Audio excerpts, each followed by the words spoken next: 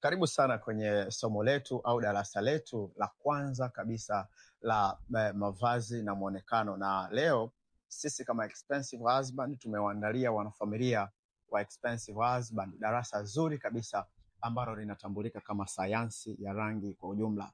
Sasa kila mmoja anaelewa, ana perception tofauti kuhusu elimu ya rangi na rangi zinaelezea vitu vingi sana, lakini sisi leo kama Expensive Husband tunataka leo tukuelekeze ya kwamba usichague tu rangi kwa sababu rangi ni nzuri. Rangi ina upana mkubwa sana ambao rangi yenyewe kama rangi yenyewe inahusisha sayansi ya mwanga, ngozi, saikolojia na perception kwa ujumla. Sasa tukizungumzia sayansi ya rangi kulingana na mwanga, hii inaonyesha tu ni kwa namna gani kwamba mwanga una asilimia kubwa sana ya kuleta effect kwenye rangi utakayoichagua. Kwa hiyo sasa hii inatuonyesha kwamba inabidi kabla hujajua unataka kuchagua rangi fulani, inabidi ujue hiyo rangi utaivaa kwenye aina fulani ya mwanga. Aina gani ya mwanga? Utaivaa usiku. Je, usiku ni ndani au outdoor? Lakini utaivaa mchana. Je, ni nje ambako ni jua kali au jua la mchana au jua la asubuhi? Hivyo vitu vyote vinapelekea effect kwenye rangi. Kwa lazima ujue sayansi ya rangi kuhusiana na mwanga. Kwa mfano, rangi nyeupe ni rangi ambayo inaweza ikawa rangi yoyote, ni kulingana tu na ni kitu gani kita reflect kwenye rangi nyeupe. Kwa mfano, rangi nyeupe ukivaa kwenye chumba ambacho kina rangi nyekundu, ile rangi nyeupe inabadilika inakuwa nyekundu, kwa sababu rangi nyeupe ina tendency ya kuabsorb mwanga, inaufyonza mwanga, inajivika ule mwanga. Kwa hiyo unaweza ukafika sehemu ukaonyeshwa rangi nyeupe, lakini wewe ukakataa.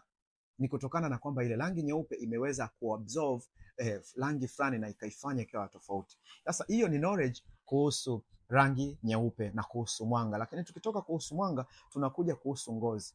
Lazima ujue ngozi yako ina match na rangi zipi, kwa sababu mwisho wa siku uweze tu kuvaa kitu ambacho hakimatch ngozi yako. Na aim ya kuvaa vizuri ni kuhakikisha kwamba rangi yako inaweza kuendana na ngozi yako.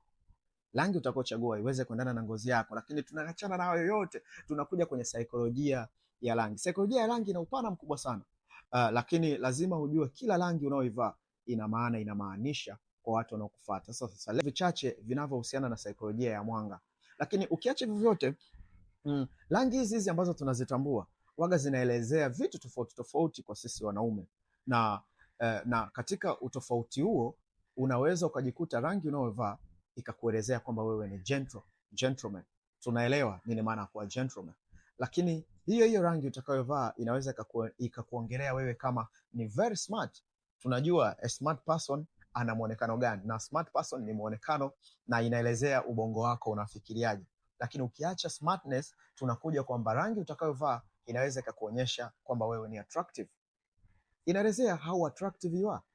Sasa najua kabisa kwamba kuna position fulani huwezi kujivika kulingana na utakapokuwa.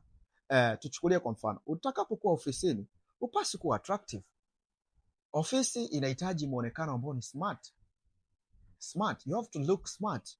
Kwa sababu gani? Ni sehemu ambayo ina present professionalism. You understand? Lakini ukiacha smartness ya ofisini, tukienda let's say kwenye events, ni sehemu ambayo inabidi uonekane very attractive, kwa sababu ni sehemu ambapo utakutana na watu wengi, interaction. You have to be attractive. Umfanye mtu aweze kuvutiwa na wewe, aweze kuzungumza na wewe, na sio kwa ubaya, but kila mwanadamu ana haki ya kuwa attractive, kuvutia, kuonekana vizuri. Na zaidi tukiacha attractiveness, tunakuja kwenye gentle. You have to be gentle. Let's say uwezi ukaenda dinner date ukataka kuonekana ni attractive. Umetoka date na marafiki zako, umetoka date na mpenzi wako, you have to be gentle. Nguo ambayo unavaa au kala ambazo inabidi uchague ni zile zinazoelezea how gentleman you are, kwa sababu umeenda kwenye mtoko wa jioni. Let's say upo kwenye kikao au upo kwenye conference ya kitaaluma fulani. You have to be smart. Lazima uvae nguo ambayo itaonyesha smartness yako. Kwa hiyo sasa hizi rangi ambazo tutafundishana leo ni kwa ajili ya kuona, je, uko wapi, uvae rangi gani ambayo itakuelezea unafanya presentation ya kikao, unafanya presentation ya tenda, you have to dress very smart. Mtu anayekusikiliza akiangalia na mwonekano wako, anashabilisha unachokiongea na mwonekano, basi anaweza kukuelewa kwa uzuri zaidi. Lakini if you look attractive kwenye presentation, unahamisha akili za wale watu kuanza kuwaza vitu vingine. Hope mnanielewa. Lakini tukiacha hivyo, tutajifunza leo skin tone, rangi yako na rangi husika. Mostly men, sisi tuna rangi, tumekuwa divided kwenye rangi tofauti 3. Nitaelezea mimi kulingana na research iliyofanyika kwa wataalamu baadhi, na mimi kama mtaalamu wa mavazi na mwonekano na watu niliyowahudumia, nimekuja kugundua kwamba sisi tupo katika aina 3 ya rangi. Wote tuko katika brown skin, lakini kuna wale ambao ni light brown skin. Light brown skin ndio wale ambao sisi tunaita huyu ni mweupe, lakini there is no white human being. Kitu cheupe ni karatasi, sisi ni brown skin. Kwa hiyo kama wewe ni brown, ile ni light brown skin ambayo ina ung'aafu mkubwa, ambao dada zetu wengi wanasema amepiga mkorogo, yani ni amejichubua. Kama una rangi ambayo ni nyeupe sana, mavazi mengi ambayo unaruhusiwa kuvaa au yataendana na wewe, mengi ni yale ambayo yana depth ndogo sana ya mwanga. Depth ndogo sana ya mwanga manake ni nini? Ni zile rangi ambazo zina mwanga, zina shout kwa uchache sana. Mtu ambaye ana light skin, yeye ana shine. Akivaa nguo yake mchana ambayo ina shine, inakuwa ni too much shining, ina disturb. Kwa hiyo inabidi when you are wearing, unapovaa nguo katika shining place, inabidi uvae nguo ambayo iko na depth ndogo sana ya rangi. Na tukiacha hao ambao ni light skin, tunakuja kwenye wale watu ambao ni mid, ambao tunaitaga brown skin. Wale ambao sasa ni tunasema rangi ya, tunasema maji ya kunde.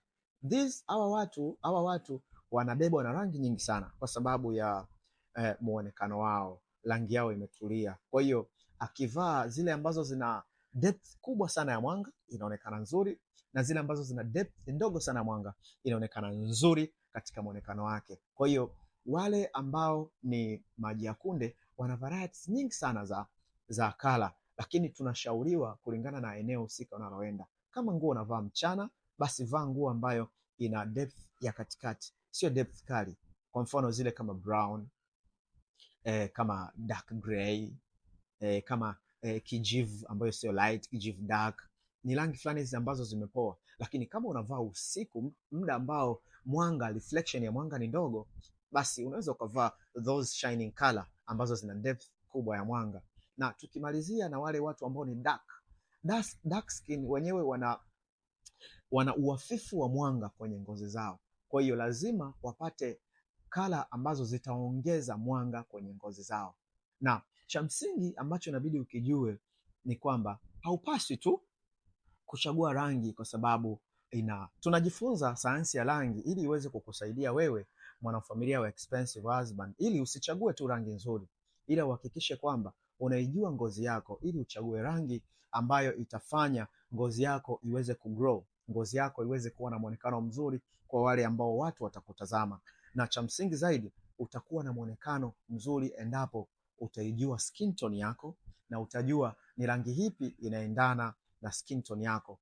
Aim ni kuhakikisha kwamba unaonekana mwenye ngozi iliyo grow kulingana na rangi ulioichagua kutengeneza vazi lako. By the way, mimi naitwa Emmanuel Samson, Expensive Husband, na nitakupitisha kwenye masomo tofauti tofauti ambayo yatakusaidia wewe kuweza kupata uelewa mzuri wa mavazi na muonekano, ili vijana wote wa kiume tuweze kuwa na muonekano mzuri katika jamii inayotuzunguka. So, thank you so much.